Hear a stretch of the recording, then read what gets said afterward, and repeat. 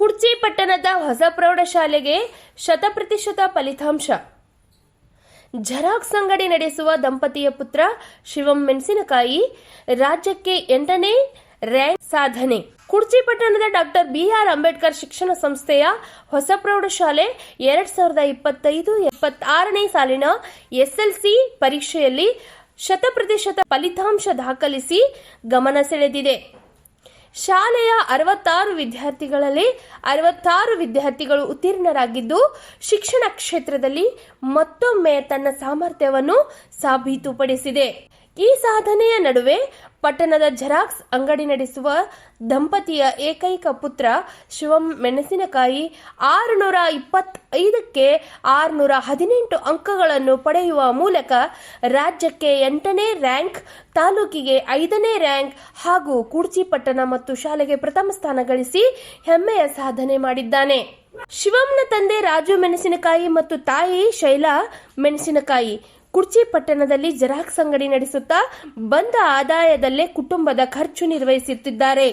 ಆರ್ಥಿಕ ಸವಾಲುಗಳ ನಡುವೆಯೂ ಮಗನ ವಿದ್ಯಾಭ್ಯಾಸವೇ ಮುಖ್ಯ ಗುರಿ ಎಂದು ಮನಸ್ಸು ಮಾಡಿಕೊಂಡ ದಂಪತಿ ಅವನನ್ನು ಉನ್ನತ ಸ್ಥಾನದಲ್ಲಿ ನೋಡುವ ಕನಸನ್ನು ಸಾಕಾರಗೊಳಿಸುವ ದಾರಿಯಲ್ಲಿ ಮಹತ್ವದ ಹೆಜ್ಜೆ ಇಟ್ಟಿದ್ದಾರೆ. ಶಿವಂ ಈಗಾಗಲೇ ಜಮಖಂಡಿಯ ಪ್ರತಿಷ್ಠಿತ ಶಿಕ್ಷಣ ಸಂಸ್ಥೆಗಳಲ್ಲಿ ಒಂದಾದ ತುಂಗಳ ಕಾಲೇಜಿನ ಪ್ರವೇಶ ಪರೀಕ್ಷೆಯಲ್ಲಿ 200ಕ್ಕೆ 149 ಅಂಕಗಳನ್ನು ಪಡೆದು ವಿಜ್ಞಾನ ವಿಭಾಗಕ್ಕೆ ರಿಯಾಯಿತಿ ಶುಲ್ಕದಲ್ಲಿ ಪ್ರವೇಶ ಪಡೆಯುವ ಮೂಲಕ ಮುಂದಿನ ಶಿಕ್ಷಣ ಹಾದಿಗೂ ಭದ್ರ ಅಡಿಪಾಯ ಹಾಕಿದ್ದಾನೆ.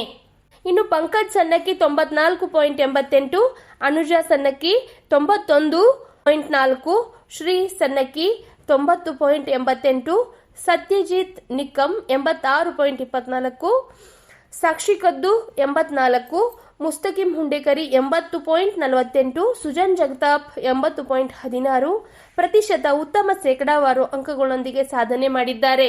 ಸಾಧನೆ ಮಾಡಿದ ವಿದ್ಯಾರ್ಥಿಗಳಿಗೆ ಶಾಲಾ ಮುಖ್ಯೋಪಾಧ್ಯಾಯ ಎಎಸ್ ಟೊನ್ನೆ, ಶಿಕ್ಷಕರಾದ ಆರ್.ಎ. ಭಾವಿ, ಎಸ್.ಎಂ. ಭಾವಿ, ಬಿ.ಆರ್. ಹೊನ್ನಕಟ್ಟಿ ಸೇರಿದಂತೆ ಸಿಬ್ಬಂದಿ ವರ್ಗ ಶಿವಂ ಮನೆಗೆ ಭೇಟಿ ನೀಡಿ ಅಭಿನಂದನೆ ಸಲ್ಲಿಸಿ ಶುಭಾಶಯ ಕೋರಿದರು.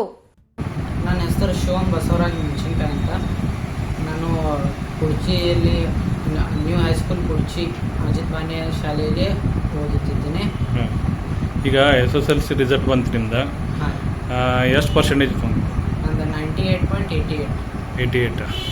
ಆಮೇಲೆ ಏನು ಅನಿಸುತ್ತೆ ನಿಮ್ಗೆ ರಿಸಲ್ಟ್ ನೋಡಿದ್ರೆ? ರಿಸಲ್ಟ್ ನೋಡಿ ಖುಷಿಯಾಗಿತ್ತು ರೀ. ಆದ್ರೆ ಇನ್ನೊಂದು ಜರ ಮಾಡ್ಬೇಕಂತ ನಮ್ಮ ತಾಯಿಯವ್ರ ತಂದೆಯವ್ರ ಆಸೆ ಇತ್ತು ರೀ. ಅದು ನಾನು ನನ್ನ ಬೆಸ್ಟ್ ಕೊಟ್ಟು ಮಾಡೀನಿ ರೀ. ಆಮೇಲೆ ನಮ್ಮ ಸರ್ಗಳು, ನಮ್ಮೆಲ್ಲ ಗುರು ವೃಂದಗಳು ಎಲ್ಲರೂ ಭಾಳ ಕಷ್ಟಪಟ್ಟಿರು. ಮುಂಜಾನೆ 4:00 ಎಬ್ಬಿಸ್ತಿರು, ಫೋನ್ ಹಚ್ಚಿ ಎಬ್ಬಿಸ್ತಿರು. ಆಮೇಲೆ ಸಂಜೆಗೆ ಎಕ್ಸ್ಟ್ರಾ ಕ್ಲಾಸು, ಆಮೇಲೆ ಯಾವುದು ಬ್ರೀಡ್ ಗ್ಯಾಪ್ ಇಲ್ದಂಗೆ ಕ್ಲಾಸ್ನ ನಡೆಸ್ತಿರು. ಆಮೇಲೆ ನಮ್ಮ ಬಗ್ಗೆ ಹೆಚ್ಚು ಒತ್ತು ಕೊಡ್ತಿರು. ನಮ್ಮ ಸರಣಿ ಪರೀಕ್ಷೆಗಳು ನಡೆದಾಗ ಅವರು ಪ್ರತಿ ಸರಣಿ ಆದ ನಂತರ ಟೈಮ್ ಟು ಟೈಮ್ ರಿಸಲ್ಟ್ ಹೇಳಿ ಅವರು ನಮ್ಮ ತಪ್ಪುಗಳನ್ನ ತಿದ್ದಿ ಸುಧಾರಿಸ್ತಿರ್ರಿ. ಮತ್ತು ಮುಂತಾದ ಎಷ್ಟು ಪರ್ಸೆಂಟ್ ಇನ್ನೂ ಎಷ್ಟು ಮಾರ್ಕ್ಸ್ ಬೀಳ್ಬೇಕಂತ ನಿಂದು ವಿಚಾರ ಇತ್ತು? ಇನ್ನು 3-4 ಮಾರ್ಕ್ಸ್ ಬೀಳ್ಬೇಕಂತ ನಂದು ವಿಚಾರ ಐತ್ರಿ. 99 ಮ್ಯಾಗ ಆಗ್ಬೇಕಂತ ವಿಚಾರ ಐತಿ. ಅಭ್ಯಾಸ ಕ್ರಮ ಯಾವ ರೀತಿ ಐತೆ ನಿಮ್ದು? ಅಭ್ಯಾಸ ಕ್ರಮ ಅವರು ಸರ್ಗಳು ಮುಂಜಾನೆ ಎಲ್ಲರಿಗೂ ಮುಂಜಾನೆ ಹೇಳಕ್ಕೆ ಫೋನ್ ಹಚ್ಬೇಕಂತ ಇದು ರೂಲ್ಸ್ ಮಾಡೀರಿ. ಮುಂಜಾನೆ ಮತ್ತು ಸ್ಕೂಲಲ್ಲಿ ಭೀ ಸಂಜೆಗೆ 2-3 ತಾಸು ಓದ್ಸಕ್ಕೆ ಇಟ್ಟಿರಿ. ರೀಡಿಂಗ್ ಅವಶ್ಯಕ ಮಾಡೀರಿ.